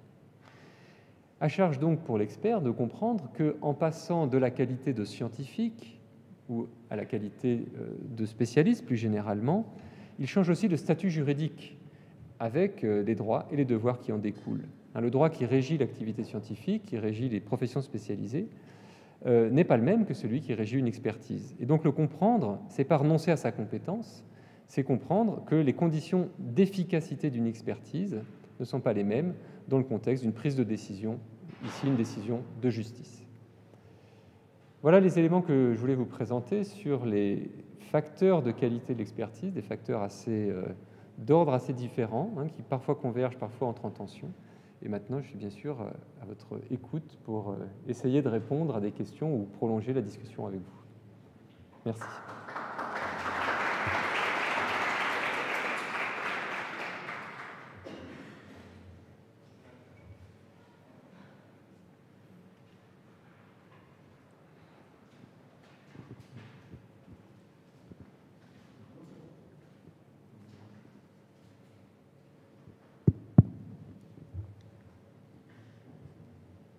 Bien, merci Olivier pour pour cet exposé, comme je l'attendais, à la fois technique, mais à la fois s'ouvrant vers des questions extrêmement importantes. Est-ce que, spontanément comme ça, certains d'entre vous ont d'ores et déjà des éclaircissements ou des questions à poser? Alors, je vais peut-être commencer par poser une question. C'est souvent comme ça que s'amorce un débat. Il y a quelques années, nous avons eu un procès en Alsace qui a suscité beaucoup de débats à l'échelon alsacien, mais aussi à l'échelon national. C'est le procès du crash du Mont-Saint-Odile. Vous vous souvenez peut-être les circonstances de fait. Un avion Airbus, propriété de la compagnie Air Inter, venant de Lyon, s'écrase pas très loin du Mont-Saint-Odile, dans les Vosges, un jour de brouillard, au moment où le pilote amorçait ses manœuvres d'atterrissage. Il y a eu un certain nombre de morts, et bien évidemment, s'en est suivi un procès. Dans ce genre de circonstances, apparemment, le réflexe consiste bien souvent à rechercher au travers du procès des responsables et obtenir indemnisation. Alors ce procès a posé un certain nombre de questions qui m'apparaissent absolument essentielles et qui permettent peut-être d'éclairer l'exposé théorique qui a été réalisé avec beaucoup de clarté par Olivier. D'abord parce que dans l'opinion publique était en débat une question importante à mes yeux, qui était celle de savoir si un juge pouvait être à même d'apprécier l'existence d'une faute commise par un pilote d'avion d'un avion particulièrement compliqué, en raison à la fois de l'informatique embarquée et aussi des manœuvres de pilotage qu'il faut réaliser. Donc, face à une situation complexe, est-ce que la justice est à même de rendre le droit, de faire droit, de rendre justice? Et alors, bien évidemment, articulée à cette question, se pose la question d'experts. Il y avait dans ce procès eu plusieurs expertises. Certaines expertises avaient été diligentées à l'initiative du magistrat instructeur, et puis d'autres avaient été réalisées par des parties, et en particulier par Airbus, Air Inter et Airbus, puisque le constructeur et l'exploitant de la ligne d'aviation avaient été mis en cause. Et ces expertises étaient contradictoires. Et donc, l'opinion publique et les débats portaient sur le point de savoir, quand un juge se trouve confronté à plusieurs expertises qui se fondent sur des tests scientifiques, et que ces conclusions scientifiques sont divergentes, comment un juge doit se positionner, comment va-t-il rendre justice? Alors bien évidemment, l'expérience américaine est extrêmement intéressante à ce propos-là, puisque on a vu que dans l'arrêt d'Aubert, eh bien, la Cour suprême donnait mission aux juges de vérifier les compétences des experts et en particulier des moyens techniques utilisés ou moyens scientifiques utilisés par l'expert. Seulement, bien évidemment, là aussi venait en débat la question de savoir comment un juge peut apprécier les compétences scientifiques et plus précisément encore les tests scientifiques utilisés pour réaliser l'expertise qui avait été demandée. On le voit donc au travers d'un exemple concret que la relation entre l'expertise et le juge fourmille de questions sur lesquelles on est, même en tant que juriste, très incertain et en difficulté. Alors peut-être qu'Olivier, à propos peut-être de cet exemple, je crois que tu connais, tu pourrais nous éclairer sur les 2 ou 3 questions que je viens de poser. Oui, alors effectivement, il y a une difficulté qui se pose, qui est souvent mise en avant. Le juge peut-il apprécier les connaissances scientifiques? La difficulté, c'est que de toute façon, cette question ne peut pas être contournée. Donc il va falloir y apporter une réponse. Et on voit bien que les manières de procéder sont assez différentes. Soit, comme aux États-Unis, qu'on s'en remette à une discussion contradictoire devant le juge et que la Cour suprême fournisse un certain nombre de guides, soit que, par exemple, on institue des juridictions spécialisées, avec un juge qui devient lui-même compétent dans le domaine, enfin qui ne juge plus que dans un domaine extrêmement précis et qui a une formation très très renforcée sur ce terrain-là. Soit encore que on s'en remette à des experts qui sont pas les experts des parties, dont on suppose qu'ils vont finalement défendre plutôt la cause de leurs clients plutôt que d'être impartiaux, mais on s'en remette à des experts qui sont qui ont de telles qualités, de probité et d'indépendance qu'on peut s'en remettre à eux. Et de toute façon, cette question doit être tranchée. Aux États-Unis, il existe un centre de formation pour les juges qui donne régulièrement aux juges, qui propose des formations scientifiques. Donc les juges reçoivent des documents et puis ils peuvent suivre des formations sur quel est l'état des connaissances dans tel ou tel domaine.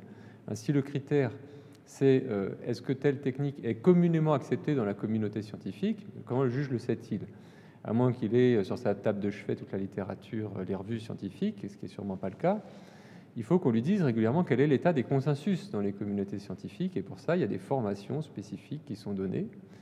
Et puis, pour apprécier ce qu'est un taux d'erreur, est-ce qu'une connaissance est fiable à 90%? Mais qu'est-ce que ça veut dire? C'est un raisonnement statistique. Les juges ont des formations pour essayer de comprendre ce type d'informations. Donc, on peut imaginer plusieurs types de dispositifs qui conduisent le juge à trancher, mais de toute façon, il doit bien pouvoir y arriver. Le problème, à mon avis, il est plutôt de savoir quels sont les espaces de contradiction qu'on ouvre, finalement. Quel que soit le choix qui soit fait, est-ce que la décision sur la fiabilité des connaissances scientifiques, elle va être finalement une décision qui est très ouverte, qui va donner lieu à une discussion importante, dans laquelle les associations concernées, les personnes concernées, les groupements professionnels, les académies, les sociétés savantes vont pouvoir donner leur avis? Ou est-ce qu'au contraire, on va se trouver dans quelque chose qui est beaucoup plus, on va dire, lié aux sciences administratives, beaucoup plus interne aux administrations, et donc moins ouvert, moins visible? Pour moi, l'enjeu est plutôt celui-là. Parce qu'à l'évidence, le juge lui-même ne va pas devenir un spécialiste de tous les domaines. Alors, concernant les experts des parties, c'est vrai que cette question que pose Quentin Urban me donne utilement l'occasion de préciser qu'on oppose le droit des États-Unis et le droit français de manière assez forte, en disant aux États-Unis, les experts sont nommés par les parties, alors qu'en France, les experts sont nommés par le juge. Donc, il y a finalement d'un côté des experts des parties, dont on suppose qu'évidemment, ils risquent d'endosser la cause de leurs clients.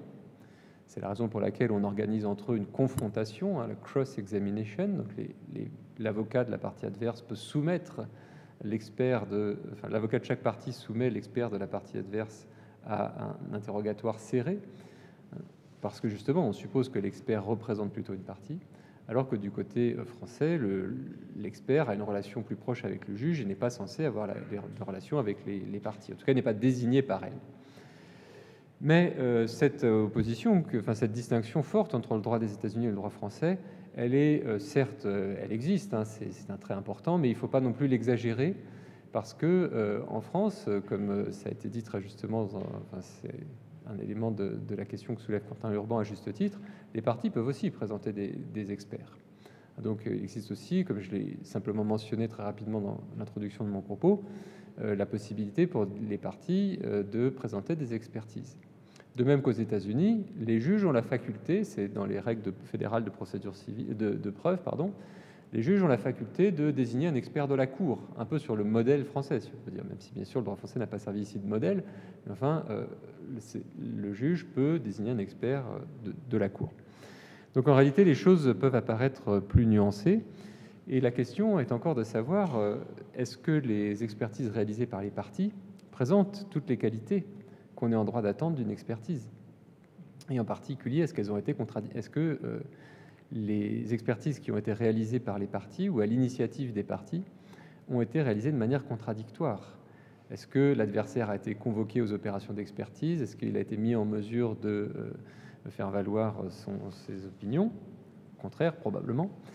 Et la réponse est peut-être négative. Il est parfaitement possible qu'une expertise soit réalisée à la demande d'une partie par un expert, mais de manière unilatérale, sans que l'adversaire ait été présent, représenté ou en mesure de s'exprimer. Et de manière assez significative, la Cour de cassation a rendu, toujours le 28 septembre 2012, date que j'ai déjà signalée à propos d'un autre arrêt, un deuxième arrêt de chambre mixte rendu ce jour-là, dans lequel la Cour de cassation a énoncé que les juges peuvent se fonder sur une expertise qui a été réalisée, peuvent prendre en considération plus exactement une expertise réalisée de manière non contradictoire à la demande d'une des parties, donc une expertise privée, si on veut, une expertise de partie, mais cela ne peut pas être le seul élément qui emporte la décision du juge. Donc on voit là la difficulté qu'il y a d'articuler dans la discussion contradictoire des experts qui sont les experts nommés par le juge, dont on a vu ensemble qu'il y a toute une série de garanties concernant leur désignation, leur sélection, la réalisation de leurs opérations, etc., et même leur formation qui leur sont proposées en tout cas, et des experts des parties qui, eux, évidemment, correspondent à des situations beaucoup plus diverses et qui ne sont pas tenus par le respect des règles du Code de procédure civile, qui sont liées en réalité par des liens juridiques qui peuvent être contrat d'entreprise, voilà, classique en réalité, avec le commanditaire de l'expertise. Ils ne sont pas en situation statutaire comme le sont les experts judiciaires. Enfin, le dernier point sur lequel peut-être je peux réagir d'un mot, c'est la place de l'opinion publique. Effectivement, l'affaire du crash du Mont-Saint-Odile, qui était une affaire terrible, extrêmement dure, qui a été médiatisée fortement, bien au-delà de l'Alsace, pose une difficulté pour les experts quand ils se retrouvent, c'est loin d'être le cas majoritairement, bien sûr, c'est dans des affaires particulières, mais la difficulté pour les experts lorsqu'ils se retrouvent confrontés à des affaires médiatisées.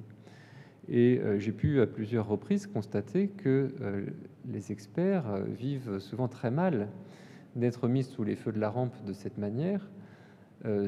C'est pas d'ailleurs le cas seulement dans les expertises judiciaires, on le rencontre beaucoup dans les expertises publiques, notamment les expertises qui ont été menées sur la dangerosité de la téléphonie mobile, par exemple, ou sur la dangerosité des nanotechnologies ou des nanomatériaux.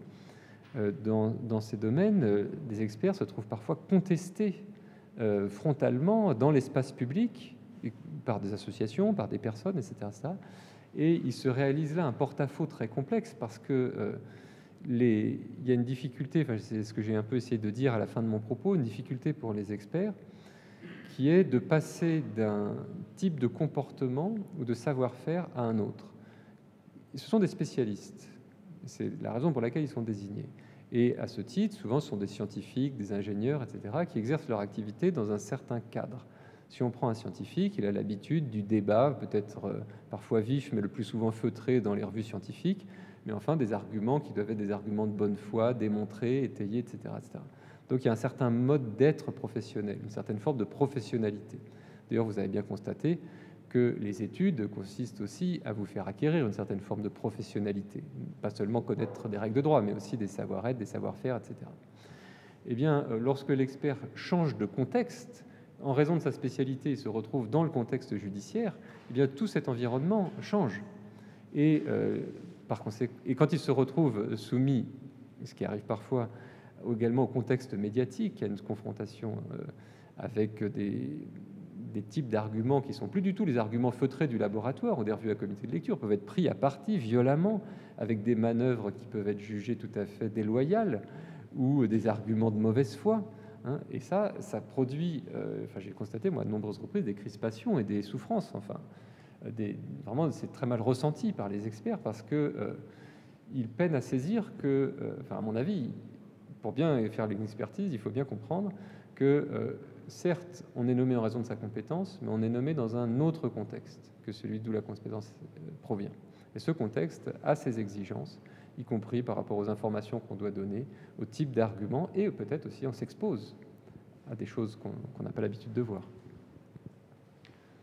Une question, mademoiselle?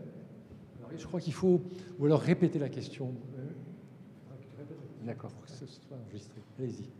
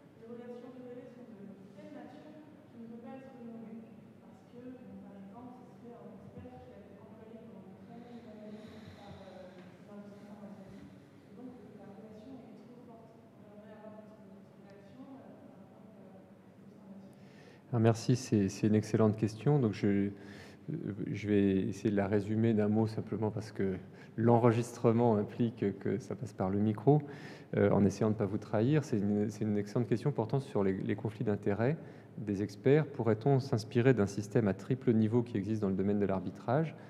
Parfois, on constate l'existence de liens, mais ce lien ne crée pas de conflit. Donc l'expert peut être désigné. Parfois, on constate l'existence de liens constituant conflit, mais on le désigne quand même.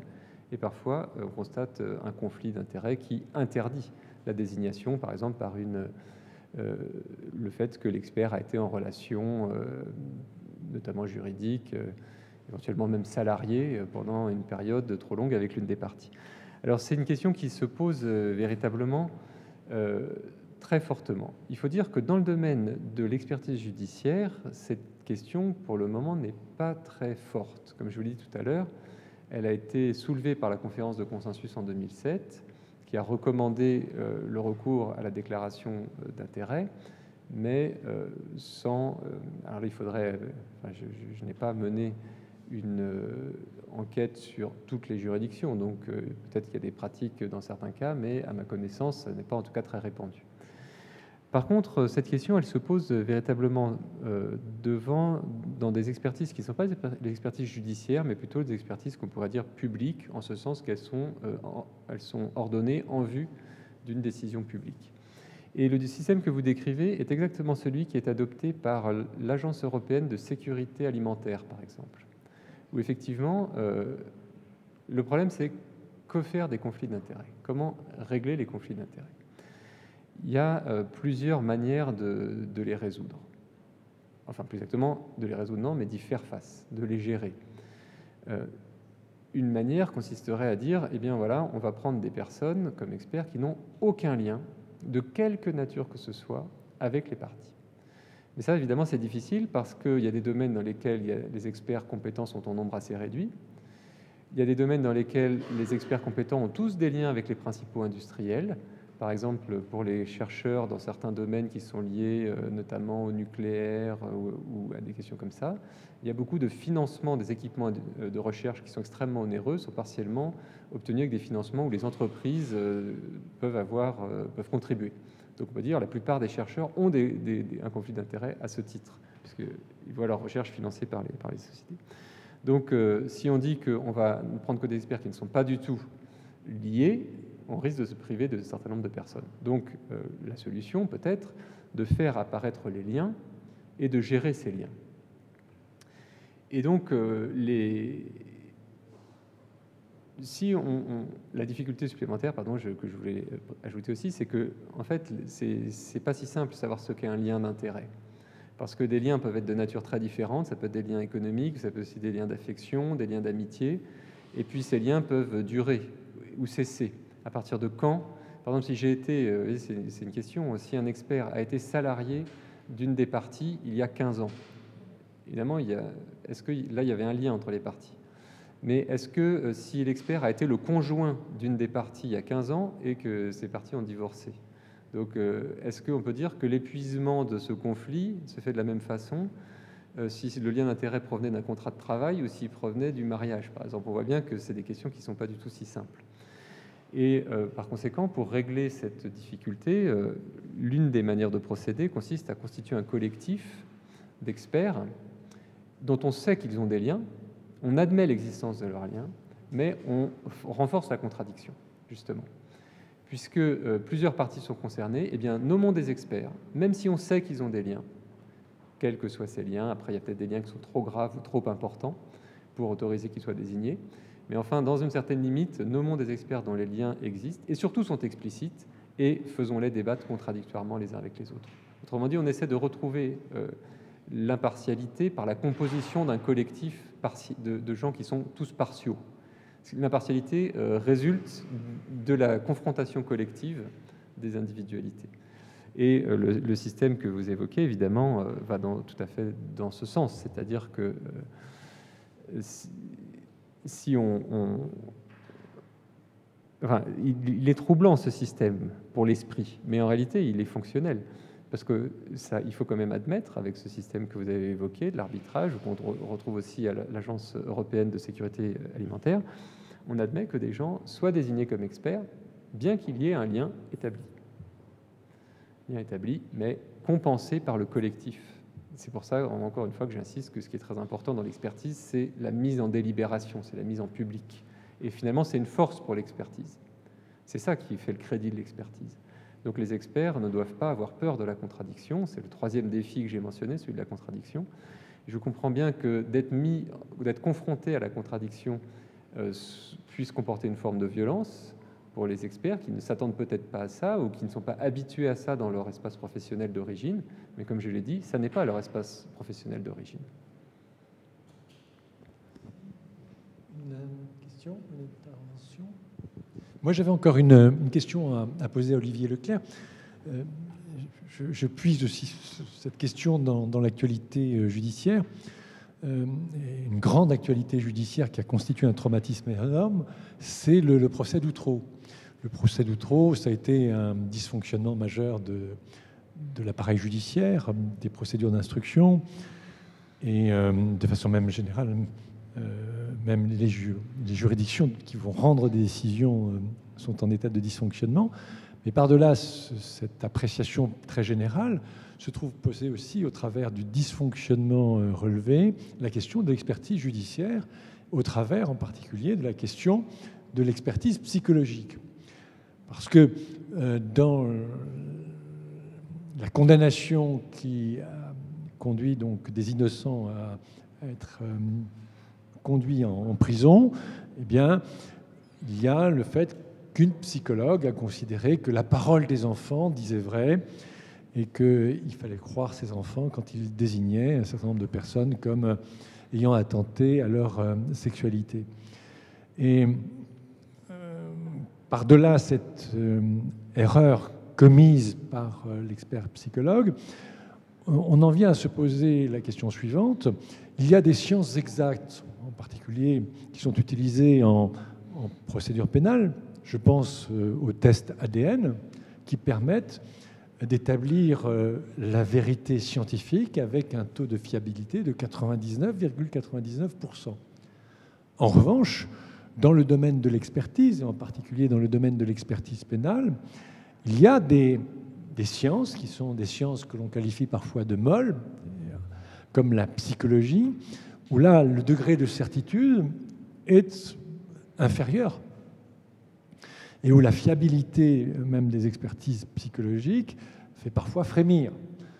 Et donc, si l'on se réfère au processus qui a été établi par le droit français, qui consiste à réunir des pairs spécialistes de la matière pour désigner des experts en matière de psychologie, dans la mesure où il existe un grand nombre d'incertitudes, ne risque-t-on pas de se retrouver dans des situations où les experts désignés, quand ils se mettent au travail, eh bien, sont en proie à des incertitudes telles que la vérité judiciaire risque fort peu de sortir, alors que dans d'autres domaines, en particulier en biologie, eh bien, les espoirs de voir la vérité judiciaire la plus proche de la réalité sont beaucoup plus solides et plus fiables.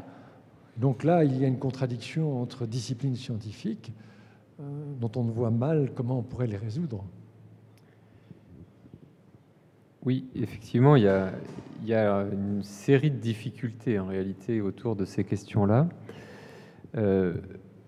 Peut-être sans ordre ni méthode, mais pour en passer certaines en revue, il est vrai que une des difficultés pour les experts, et en particulier les experts judiciaires, c'est que on attend d'eux une réponse à une question.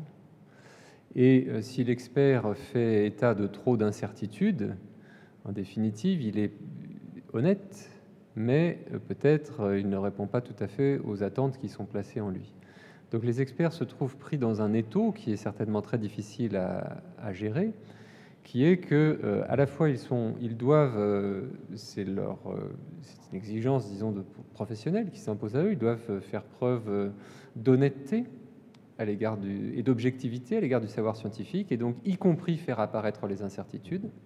Mais il se trouve pris dans le même temps dans un processus, notamment avec les impératifs de gestion de l'institution judiciaire, la managérialisation de la justice, qui fait qu'il risque, je ne dis pas qu'ils le font systématiquement, ni qu'ils perdent toute objectivité scientifique, ce n'est pas du tout mon propos, mais ils sont pris dans les mâchoires de cette tenaille, que d'un côté, devoir rendre compte des incertitudes, et de l'autre, peut-être, être encouragés à être plus fermes que ce que leur savoir les autorise à dire.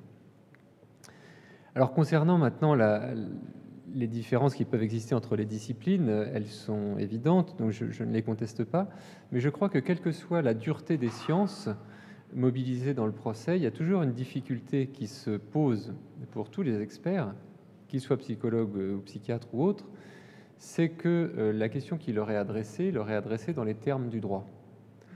Le juge pose la question pose une question qui va l'aider à répondre à ce que lui doit faire, c'est-à-dire trancher les litiges conformément aux règles de droit qui leur sont applicables. Article 12 du Code de procédure civile. Donc la question qui est posée à l'expert l'est par rapport à des catégories juridiques. Par exemple, la personne est-elle atteinte d'un trouble mental ayant aboli son discernement? Cette qualification, ou cette personne a-t-elle commis une faute, etc. Cette qualification-là, juridique que doit opérer le juge, elle ne correspond pas nécessairement aux formulations qui sont spécifiques à la discipline. Les psychiatres connaissent la psychose, la névrose, bref, toute une série de pathologies qui se retrouvent d'ailleurs dans le manuel de diagnostic psychiatrique, etc., qui ne correspondent pas nécessairement aux termes de la mission, parce que la mission, elle est posée par rapport aux catégories juridiques. Donc ce que doit faire l'expert, et qui est toujours difficile, c'est une traduction. Voilà, j'ai une personne qui est atteinte de schizophrénie, tel est mon diagnostic. Est-ce que ça veut dire que dans les termes du droit, on doit dire elle a un discernement qui est aboli? Donc toujours ce passage-là qui est, bien sûr, c'est pas à l'expert de trancher cette question. Cette question, elle appartient au juge, mais la façon dont il doit présenter la qualification dans laquelle la décision sera finalement prise projette sur l'expertise des contraintes qui sont très fortes en termes de formulation. Parce que si l'expert ne formule pas son rapport d'une manière qui est utilisable dans les catégories juridiques que le juge va mettre en œuvre, son rapport sera beaucoup moins utile. Ça, c'est une difficulté qui existe pour tous les experts, je pense. L'affaire Doutreau, par ailleurs, a montré une difficulté importante liée au financement de l'expertise, avec cette idée que si les expertises sont trop mal payées, on a des expertises de mauvaise qualité. Donc ça, c'est une difficulté qui est probablement un peu inverse de celle que j'ai soulignée, moi, dans mon propos, qui est que parfois, il est bien mieux rémunéré de ne pas se livrer à des expertises que pour la justice. On gagne beaucoup plus d'argent dans sa profession que en fournissant une expertise judiciaire. Par conséquent, les motivations financières, cette dimension de la rémunération, elle est très importante, parce qu'on ne peut pas parler d'indépendance si on ne parle pas d'argent, si on ne parle pas de rémunération. Il ne faut pas penser l'indépendance seulement comme une vertu de chevalier blanc. L'indépendance, c'est aussi des conditions juridiques et des conditions économiques. Et donc la rémunération de l'expert qui avait été mise en avant à l'occasion de l'affaire Doutreau, elle pose ces questions-là. Et le dernier point que je voudrais souligner, qui est une suite de l'affaire Doutreau, c'est justement qu'il y avait aussi une experte, l'une des expertes qui avait été mobilisée dans ce procès, avait elle-même été membre d'une association de défense des enfants, etc. Et donc, on lui avait reproché d'avoir justement un conflit d'intérêts. Et ce qui avait été l'une des conséquences, c'est que le Code de procédure pénale a été modifié dans sa partie réglementaire pour indiquer que lorsqu'un lien d'intérêt apparaît, je pense que ça prolonge la question que vous posiez tout à l'heure, lorsqu'un lien d'intérêt apparaît, il ne discrédite pas nécessairement l'expert, mais c'est au juge d'apprécier les conséquences qu'il faut tirer de l'existence de ce lien d'intérêt. Donc encore une fois, on voit bien qu'on évolue vers cette idée que plutôt que d'avoir des personnes qui n'auraient aucun lien d'intérêt, situation qui est parfois difficile à rencontrer, on va essayer de gérer ces liens d'intérêt. Et l'affaire Doutreau a été l'un des facteurs, mais c'est loin d'être le seul, qui a donné lieu à ces développements-là. D'autres interventions? Bien. Écoutez, je crois qu'on va clore ici cette rencontre. Merci à Olivier Leclerc de s'être déplacé depuis la région lyonnaise pour venir nous entretenir d'un sujet en apparence strictement technique, mais en réalité qui pose d'énormes problèmes autour de la question de la justice et du fonctionnement des institutions judiciaires, et en particulier du travail du juge lorsqu'il est confronté à l'obligation de dire la vérité judiciaire et de trancher des litiges. Je vous remercie d'avoir participé donc à toutes ces conférences qui, pour l'instant, sont suspendues puisque eh bien, nous approchons des examens d'entrée à l'école d'avocats. Nous les reprendrons dès le mois de décembre par une série de conférences qui se dérouleront jusqu'au mois de mai et qui se révéleront, j'en suis sûr, aussi passionnantes que celles aujourd'hui et celles qui ont précédé. Merci encore, Olivier Leclerc, de s'être déplacé. Merci à vous d'être venu ce soir.